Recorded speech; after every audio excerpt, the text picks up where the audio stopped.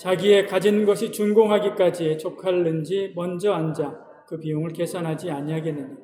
그렇게 아니하여 그 기초만 쌓고 능히 이루지 못하면 보는 자가 다 비웃어 이르되 이 사람이 공사를 시작하고 능히 이루지 못하였다 하리라.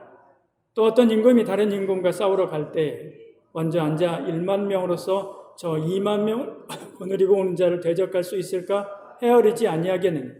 만일 못할 터이면 그가 아직 멀리 있을 때 사신을 보내어 화친을 청할지니라. 이와 같이 너희 중에 누구든지 자기의 모든 소유를 버리지 아니하면 능히 내 제자가 되지 못하리라. 아멘. 우리는 교회를 세우는 교회라고 하는 2020년 표를 가지고 교회에 관한 말씀 계속 보고 있습니다. 교회에 관한 시리즈의 말씀 오늘 5번째인데요. 오늘은 교회를 섬기고 있는 지체들, 앞서서 일하는 성도들에 관한 이야기입니다. 그리스도의 참된 제자가 되어야만 한다라고 하는 주제의 말씀입니다. 교회는 예수님의 몸이지요. 그런 교회가 점점 쇠퇴하고 있습니다. 이런 수치를 보지 않아도 우리는 피부로 느낄 수 있지요. 암 같은 이단들과 그 세상의 논리와 그리고 세상의 죄가 들어와서 교회를 점점 약화시키고 있습니다. 그러나 주님의 몸된 교회는 이 세속화를 이겨내고 다시 거룩한 나라로 거듭나게 하실 것입니다. 왜냐하면 저와 여러분 같은 참된 그리스도의 제자로서 주님의 몸된 교회를 섬기고자 하는 이들이 많아질 것이기 때문에 그렇습니다. 아멘입니까? 여러분이 그런 저와 여러분 되기를 축복합니다. 그때 참된 제자가 교회 안에서 벌떼처럼 일어나면 한국교회가 다시금 회복될 뿐만 아니라 다시금 거룩한 그 능력으로 이 나라의 복음화를 이루어가고 전 세계 복음화를 이루는데 귀하게 쓰임받을 줄 믿습니다. 여기 계신 분들 중에 신앙생활 오래 하신 분들은 아마도 본문의 성경을 읽고 그리고 이 시리즈의 말씀에 대한 주제들을 이야기를 듣고 나면 그런 생각을 할지도 모르겠습니다. 목사님, 오늘 목사님이 하신 말씀 내가 다 알아요. 저는 그냥 교회만 왔다 갔다 하다가 그리고 마치고 싶어요. 그렇게 생각할 수도 있습니다. 그러면 혹시 구원 받을 수 있을지는 몰라도 하나님이 주시는 신령한 하늘의 복을 누리지는 못합니다. 거기 바람 나오도록 이렇게 해주시겠습니까? 위에 환풍. 예, 그것 때문에 그래요. 감사합니다.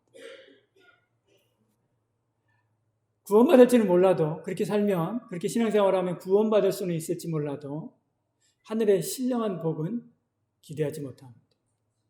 마태복음 5장을 볼까요? 예수께서 무리를 보시고 산에 올라가 앉으시니 제자들이 나온지라 말씀하죠. 그럼 우리가 잘 아는 팔복의 말씀입니다. 산에서 예수님께서 제자들에게 말씀합니다. 무슨 말씀을 합니까? 심령이 가난한 자는 복이 있나니, 애통하는 자는 복이 있나니, 온유한 자는 복이 있나니, 의에 줄이고 목마른 자는 복이 있나니, 긍휼히 여긴 자는 복이 있나니, 마음이 청결한 자는 복이 있나니, 화평하게 하는 자는 복이 있나니, 의를 위하여 박해를 받는 자는 복이 있나니. 무슨 말씀이에요? 복이 있다는 얘기입니다. 우리는 앞부분에만 주목하죠? 8가지만 주목하죠? 아니에요. 복이 있다는 이야기를 하시고 싶은 거예요. 주님께서는 너희들에게 복이 있다. 너희들에게 복이 있다. 어떤 복이요? 그 복이 있나니 하면서 설명하는 신령한 하늘의 복이 있다는 것이지. 다 신령한 하늘의 복입니다. 그럼 그 복을 누구에게 주는 겁니까? 앞에 8가지의 특성을 가진 그리스도의 제자들에게 주신 것입니다. 보십시오. 심령이 가난한 자, 애통하는 자, 온유한 자, 의에 줄이고 긍휼히 여기는 자, 마음이 청결한 자, 다 누구의 특성입니까? 참된 그리스도의 제자의 특성이지. 그들에게 복이 있다는 거예요. 그들에게 복이 있다. 여러분, 그리스도의 참된 제자로서 우리가 온전한 삶을 살아가면 하나님께서 부어주시는 신령한 복이 있다. 주님께서 말씀하는 것입니다. 너희들이 환난을 당하고 어려움을 당하지만, 그래서 계속 이어지는 11절에 말씀하죠. 너희들이 박해를 받고 어려움을 당하고 힘든 일들을 만나지만 그러함에도 불구하고 예수 그리스도의 제자로 우뚝 서라. 왜냐하면 이런 복이 너희들에게 있지 않느냐. 내가 너희들에게 이런 복을 부어줄 것이다. 말씀하는 것이죠. 그러므로 어떻게 하라고요? 12절에 기뻐하고 즐거워하라. 제자로서 사는 것은 힘들고 어렵지만 그럼에도 불구하고 하나님께서 그리고 주님께서 신령한 복으로 쏟아 부어 주실 것이니까 걱정 말고 두려워하지 말고 제자로서의 삶을 그 어려움 가운데서도 이겨내고 살아가라. 기뻐하라. 그렇게 말씀하고 있는 것을 보지요. 주님은 주의 제자들에게 이렇게 신령한 많은 복을 약속했습니다. 어디 그것뿐입니까? 권능을 누구에게 주셨습니까? 예수께서 12제자를 불러서 귀신을 제어하는 능력을 줬습니다. 사도행전 1장 8절에 성령의 권능을 주고 누구에게 줬습니까? 제자들에게 줬지요. 그리고 가서 복음 전하라고 하지 않습니까? 그 권능을 누구에게 주신 거예요? 제자들에게 주신 거죠. 예수님의 기쁨을 누구에게 주신 겁니까? 제자들에게 주신 거예요. 요한복음 15장의 말씀은 여러분 잘 아시죠? 예수님께서 마지막 십자가 지시기 전에 제자들을 불러놓고 그들을 위하여 기도하시고 그리고 그들에게 마지막 권면을 하실 때 하신 말씀입니다. 뭐라고 말씀하는 겁니까? 내 기쁨을 누구에게요? 제자들에게, 너희들에게 주겠다. 예수님의 기쁨을 주신다 말씀하죠. 예수님의 사랑을 누가 더 듬뿍 받습니까? 예수님의 제자들입니다.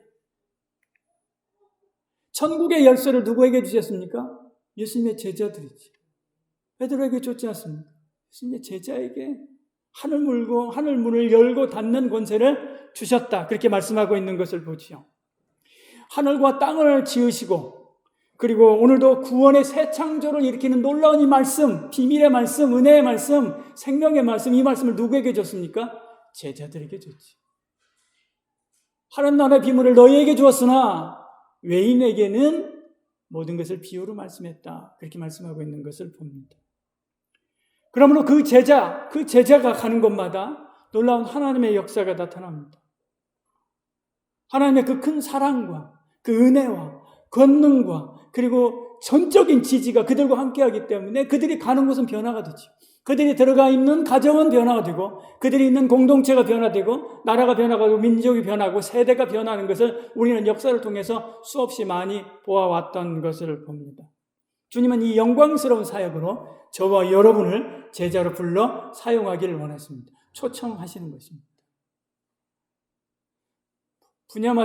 각 분야마다 국가대표급 스승들이 있죠. 그리고 그 스승에게 배웠다고 막 자랑을 합니다. 그들은 내가 누구누구에게서 배웠다. 내가 축구를 누구에게서 배웠다. 내가 한글을 누구에게 배웠다. 저희 스승님 중에 한 분은 당신이 그분 국어이신데 당신이 국어를 최현배 선생님한테 배웠다라고 하면서 자랑을 많이 하셨던 분이 계셨습니다. 자랑할 만하죠. 대단한 스승이기 때문에. 그런데 그 스승의 스승, 모든 스승 중에 스승, 예수님, 그 예수님의 제자가 되는 거죠. 그리고 그 예수님께서 가르치시고 그 예수님께서 주시는 그 능력대로 살아가는 제자. 얼마나 영광스러운 일이고 얼마나 복된 일입니까?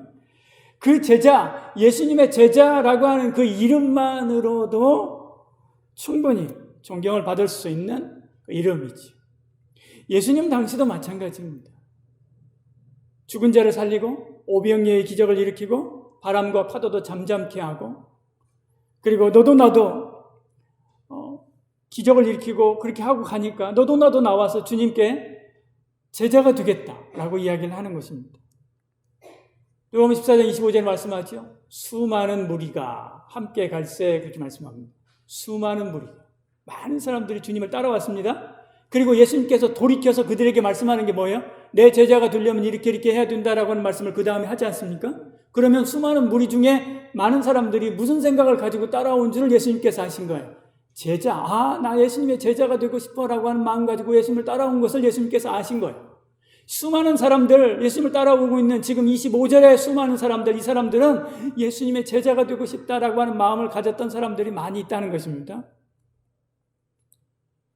처음에 그들은 사실은 예수님 책 잡으려고 예수님을 잔치집에 모시죠. 자기 집에 모십니다.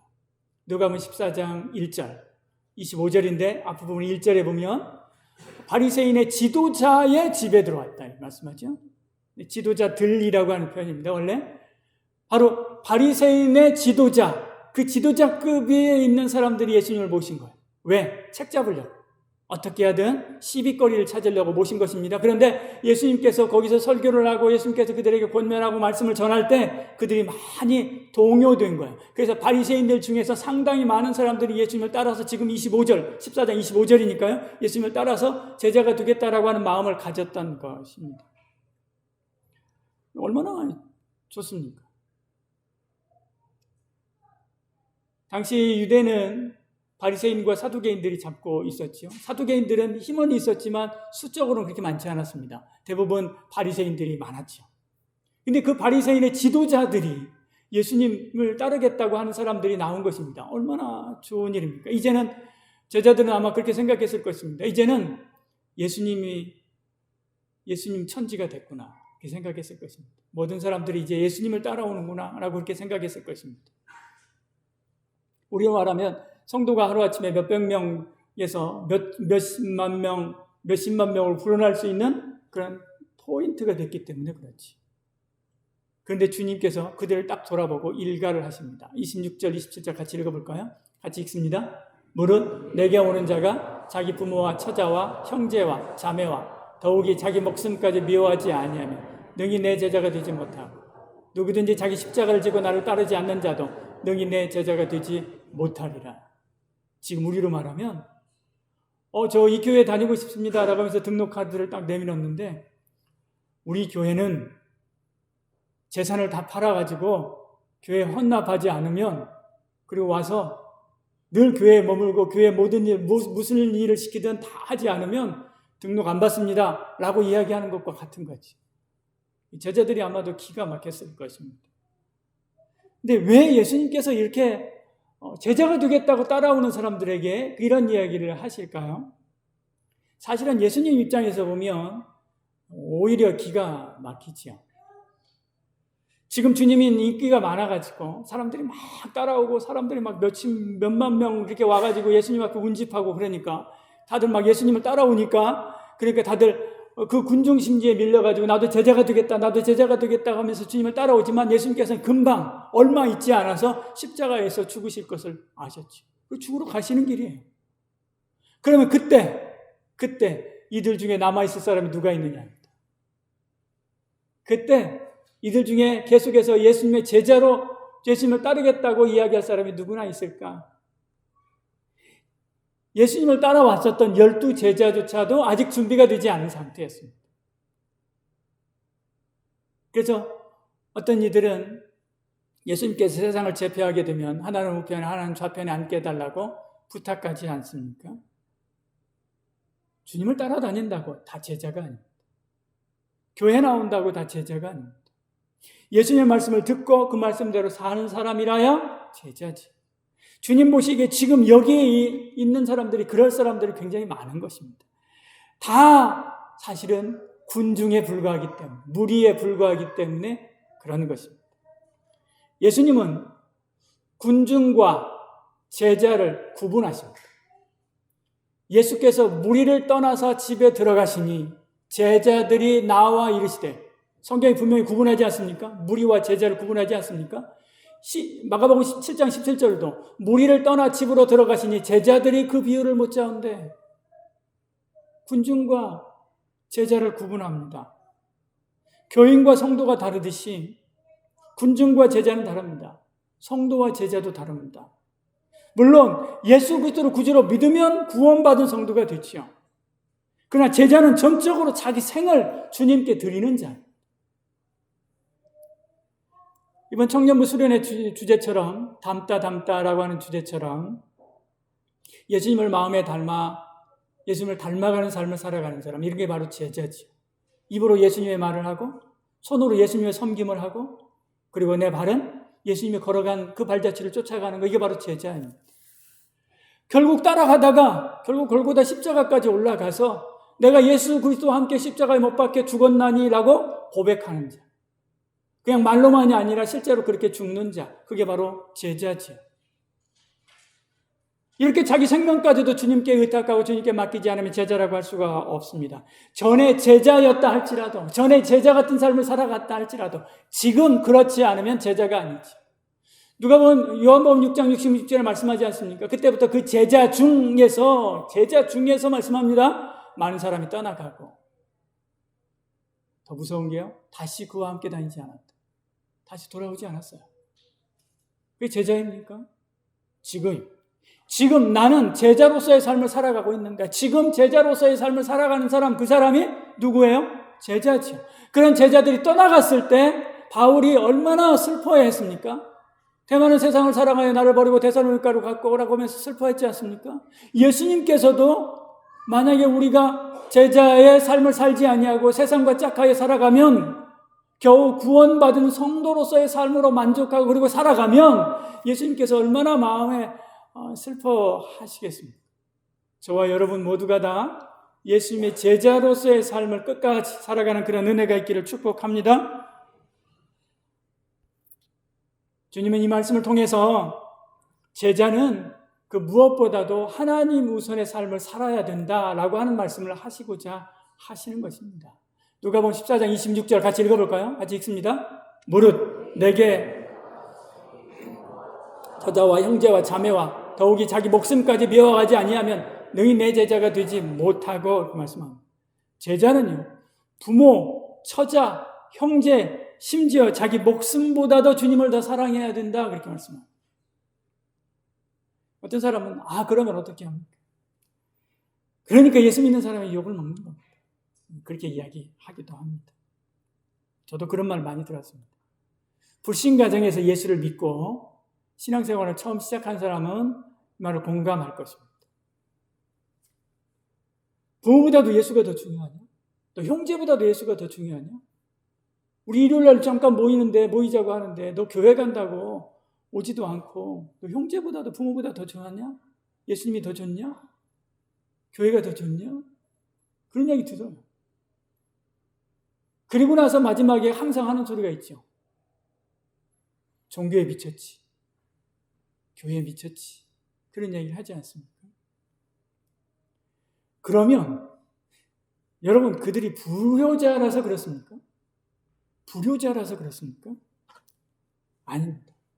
오히려 부모를 사랑하고 오히려 가족들을 돌보기 위함입니다.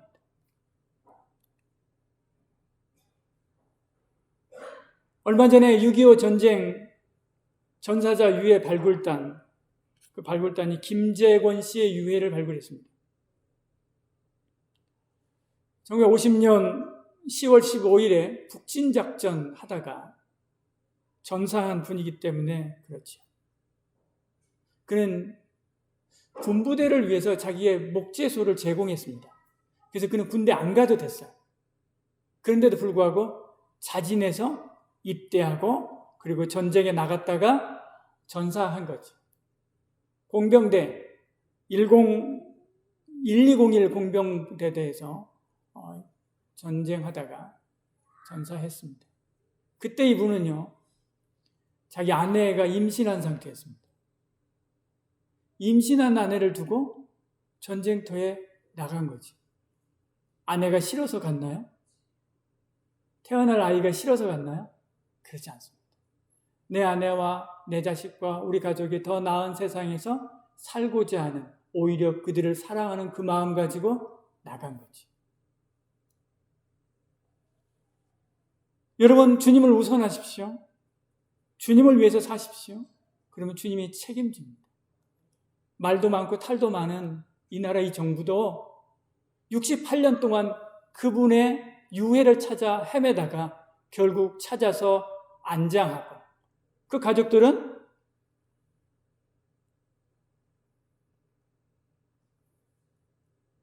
나라에서 책임지고 그리고 위해주지 않습니까? 아브라함의 아들 이삭, 그 이삭보다 하나님의 말씀을 더 소중하게 여겼습니다. 그래서 그 말씀대로 아들을 번제로 드리게 되죠. 이 말씀대로 하면, 이 말씀의 어법대로 하면 하나님을 사랑하기 위해 금쪽같이 그가 100세에 얻은 아들, 그 아들을 미워한 거지. 그렇다고 해서 하나님께서 그를 데려갔습니까? 하나님께서 그를 숫덩이 되게 했습니까? 오히려 하나님께서 그를 복덩이 이삭이 되게 하신 것을 보죠. 아브라함, 이삭, 야곱, 요셉. 족장들의 생애를 보십시오. 그 중에서 가장 평안한 삶을 살았던 사람이 누구인가? 이삭이었던 것을 보지. 아브라함이 하나님을 우선하니까 하나님께서 그를 우선한 것을 보지요. 사실은 하나님이 먼저 우리를 사랑했습니다. 성부 하나님이 자기 아들을 버려서 우리를 살렸습니다. 오늘 본문에 말씀하는 이 엇법대로 한다면 우리를 사랑하기 위해서 아들을 미워한 거지. 성자 예수님이 당신의 목숨을 버려서 우리를 사랑했습니다. 우리를 사랑하기 위해서 당신의 목숨을 미워한 것. 이 엇법대로 한다. 이렇게 우리를 먼저 사랑하신 그 하나님, 우리를 먼저 사랑하신 그 주님이 우리 보고 먼저 사랑하라고 하시는 그것이 합당한 것입니다. 이 사실을 알고 믿는다면 누구든지 자기 십자가를 지고 주님을 따르게 되어 있지. 누구든지 자기 십자가를 지고 나를 따르지 않는 자도 능히 내 제자가 되지 못하리라 그렇게 말씀하고 있는 것을 보지요. 자기 몫에 태인 십자가, 그 십자가를 자기 목숨보다도 더 소중하게 여기고 그냥 구원받은 성도로서 사는 것에 만족하지 않고 그리고 제자로서의 삶을 살아가는 것을 영광스럽게 여기고 기쁘게 그 길을 가는 것이지. 이것은 선택이 아니라 필수입니다. 38절의 후반절에 뭐라고 말씀합니까? 내게 합당하지 않다. 그렇지 않으면 내게 합당하지 않다. 그렇게 말씀하고 있는 것을 보지.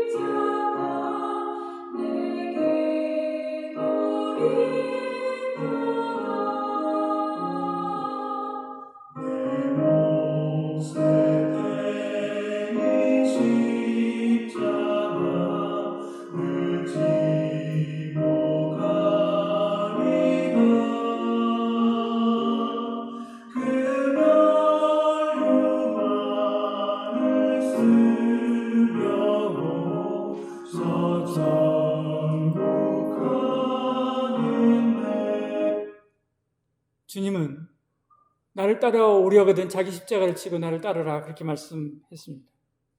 누구도 십자가 좋아하지 않죠. 고통의 대명사, 아픔의 대명사이기 때문에 그렇습니다. 근데 예수님은 제자에게 자기 십자가를 지고 따르라 그렇게 말씀합니다. 우리도 찬송하면서 계속 고백하지 않습니까? 나도 내 몫에 태인 십자가 짊어지고 주 따르겠다라고 고백하지 않습니까? 삶은 그렇지 않아요. 그것이 가난일 수도 있습니다. 그것이 어떤 사람일 수도 있습니다. 그것이 어떤 사명일 수도 있습니다. 내 몫에 태인 십자가가요. 그러나 그것이 무엇이라 할지라도 그것이 주님이 나를 위해서 지워주신 것이라고 한다면 묵묵히 짊어지고 따라가야만 합니다.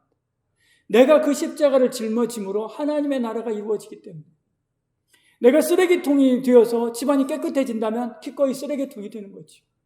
내가 웃음거리가 되어서 공동체에 화목을 이룬다면 기꺼이 웃음거리가 되어주는 거죠.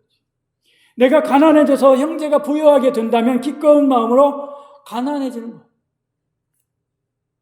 사실 오늘 내가 진 십자가, 오늘 지금 우리가 살면서 지는 십자가는 저 하늘에 들어가서 우리가 받을 그 영광의 면류관, 그 면류관과 바꾸는 표일 수도 있습니다.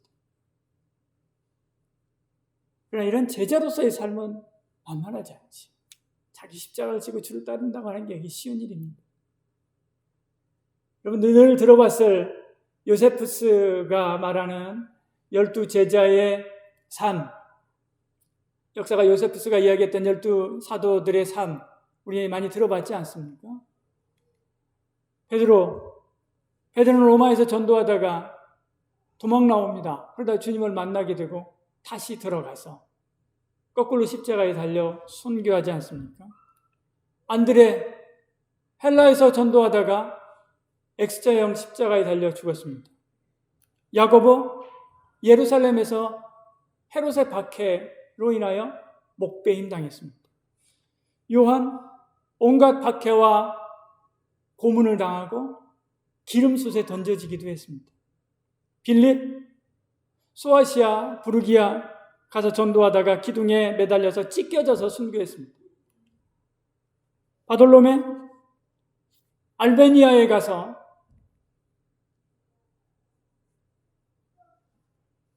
전도하다가 매질을 당해서 십자가에 거꾸로 매달려 죽었습니다. 도마 인도에 가서 창에 찔려 죽었습니다. 마태 에디오피아에 가서 칼에 목베임 당해 죽었습니다. 알페오의 아들 야곱 군중은 시체나 다름없는 그를 성전 꼭대기에 올라가서 떨어뜨려 죽였습니다. 시몬 애굽으로 전도하러 갔다가 화살에 맞아 죽었습니다. 야곱의 동생 유다 파사에서 전도하다가 활에 맞아 순교합니다. 마띠아 에디오피아에 전도하다가 돌에 맞아 순교해 가면서 그러면서까지도 복음을 전했지. 한 교부는 그렇게 이야기합니다. 순교자의 피는 교회의 씨앗이다. 이렇게 힘들기 때문에 아무나 갈 수 있는 길이 아니죠. 제자가 가는 길. 그냥 무턱대고 걸음지고 친구 장에 간다고 따라가듯이 갈 수 있는 길이 사실 아닙니다. 그래서 주님은 정말로 나를 따르려거든. 이 길이 무엇인지 알고 단단히 준비하고 따라와야 된다라고 하시는 말씀을 뒤에 가서 이야기하는 비유를 들어서 말씀하고 있는 거죠. 너희 중에 누가 망대를 세우자 할진대 자기의 가진 것이 준공하기까지 족할는지 먼저 앉아 그 비용을 계산하지 않겠느냐. 망대를 세우는 자의 비유를 통해서 계산하지 않겠느냐. 전쟁하는 자의 비유를 통해서 예산하고 싸우지 않겠느냐. 적이 2만 명이고 우리가 2만 명밖에 안 되는데 그냥 무턱대고 싸울 것이냐. 그렇지 않지 않느냐라고 말씀하는 것이지. 이 말씀은 준비하라는 것입니다. 예수님 당시에 헤롯 왕가는 이런 정책들을 많이 했습니다. 도시에 가서 자기들의 뭔가를 나타내기 위해서 큰 건축물을 세운다고 시작을 해놓고 그리고 돈이 모자라서 중단하고 또 다른 것을 시작해놓고 돈이 모자라서 중단하고 하는 일들을 계속 했습니다. 그 헤롯이 했었던 그 이야기를 가지고 하는 거예요. 또 헤롯이 전쟁을 하기도 했습니다. 아내 헤로디아와 결혼하기 위해서 원래 본처인 아라비아 왕 아레타스의 딸, 그 본처인데 이혼했습니다. 그러니까 아라비아 왕이 화가 났죠. 쳐들어왔습니다. 그래서 전쟁할 때 그냥 가서 싸우다가 헤롯이 지게 되죠. 바로 그러한 것들을 들어서 지금 이야기하고 있는 것입니다. 예수님의 제자가 되려고 한다면 감정적으로 그래 나도 할 거야 라고 하면서 바로 작정하고 막 나가는 것이 아니라 기도하고 준비하고 그리고 어떻게 주님을 따라가는 길이 어떻게 가는 것이 옳은 것인가를 판단하고 생각하고 그리고 기도하고 준비해서 가야 된다는 거죠. 무턱대고 가다가는 아무런 것도 이루지 못한다는, 중간에 탈락하고 중간에 돌아서 버리고 중간에 도망가 버리고 만다는 것입니다. 그러니 단단히 준비하고 채비하고 와야 된다라고 하는 말씀을 하는 것입니다. 주님께서 이 말씀을 통해서 하지 말라고 이야기합니까? 전쟁하지 말라고 이야기합니까? 건물을 세우지 말라고 이야기합니까? 아니죠. 세우라는 것입니다. 전쟁을 하라는 것입니다. 이기라는 것이죠. 그러나 준비하고 가야 된다. 기도로 준비하고 그리고 앞으로 될 일들을 계산하고 예산하고 준비해서 나가서 그 일들을 충분히 끝까지 인내하고 견디면서 이루어내야 된다라고 말씀하고 있는 것입니다. 준비하지 않으면 실패하죠. 이 사람은 프랭클린 제독입니다. 이 사람은 전쟁도 했고 해군 제독으로서 전쟁도 했고 그리고 북극도 몇 번 북극해도 다녀왔던 사람입니다. 당시 나이가 59살이었지만 그럼에도 불구하고 백전노장의 노련한 해군 제독이었습니다. 북극 항로를 개척하기 위해서 영국에서 배를 보내죠. 2척의 배를 보냅니다. 거기 선장으로 가죠. 그런데요, 1200권의 책을 가지고 갑니다. 지금 우리 책하고 다릅니다. 아주 두껍고 그리고 무거운 책들 1200권이나 가지고 가고요. 그리고 은 식기들 그리고 주방 기구들 다 가져가고요. 지금 입은 것 같은 정복 가지고 가고 대신에 방한복이나 이런 것은 충분히 챙겨가지 않습니다. 들어갔다가 2달 만에 북극에 배가 갇혀버리죠.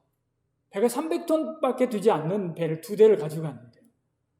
그렇게 많은 것들을 가지고 갔으니 가다가 북극해에서 딱 멈춰버리고 그리고 모두 다 죽습니다.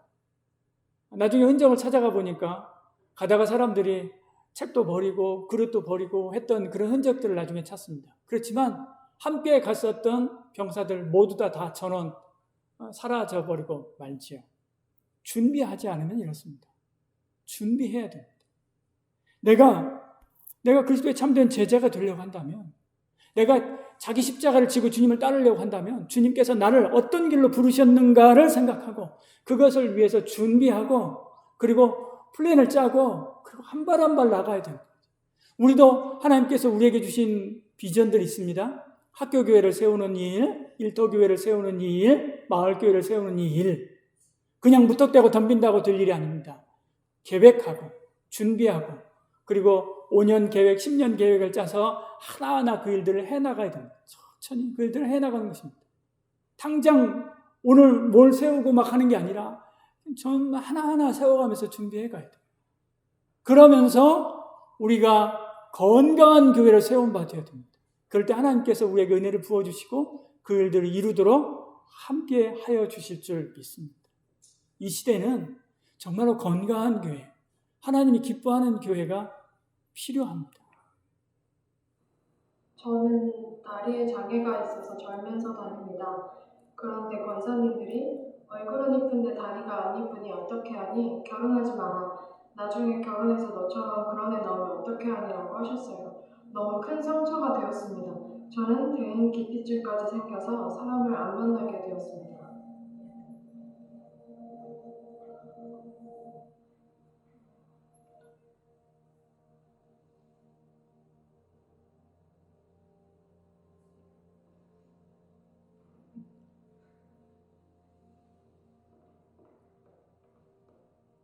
저분들은 자기가 받은 메시지가 뭔지 전혀 모르고 그냥 앉아갖고 바로 읽는 겁니다.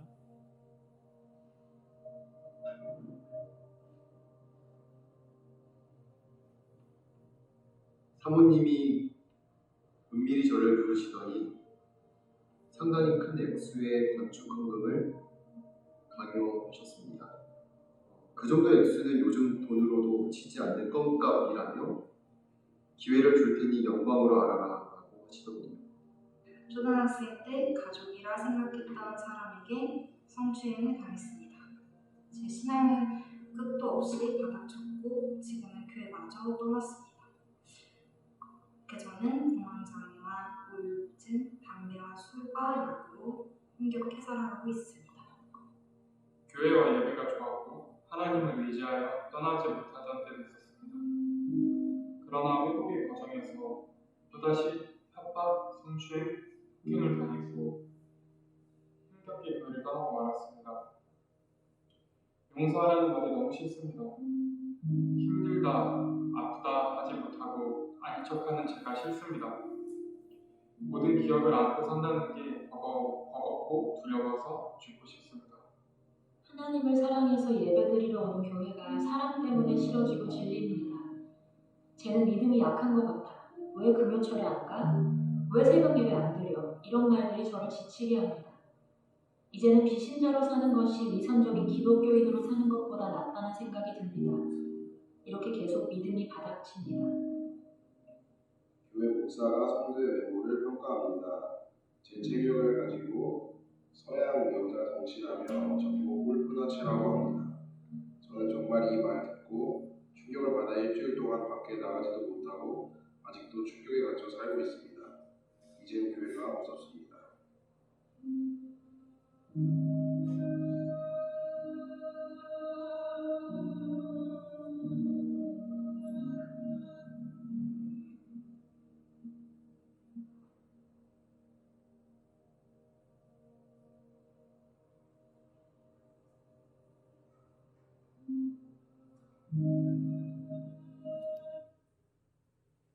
교회가 사람을 아프게 합니다. 사람을 살린다고 하는 교회가 사람을 죽입니다. 우리 교회도 자유롭지 못합니다. 그러나 우리 교회도 건강한 교회가 돼야 되고, 그리고 건강한 복음 운동을 해야 된다고 하는 확신이 있습니다. 여러분, 저와 여러분이 그런 교회를 세워가야 됩니다. 이걸 누가 세웁니까? 군중이요? 무리가요? 절대 아닙니다. 그들은 예수님을 아프게 했습니다. 저를 십자가에 못 박으라고 이야기했던 사람이 누굽니까?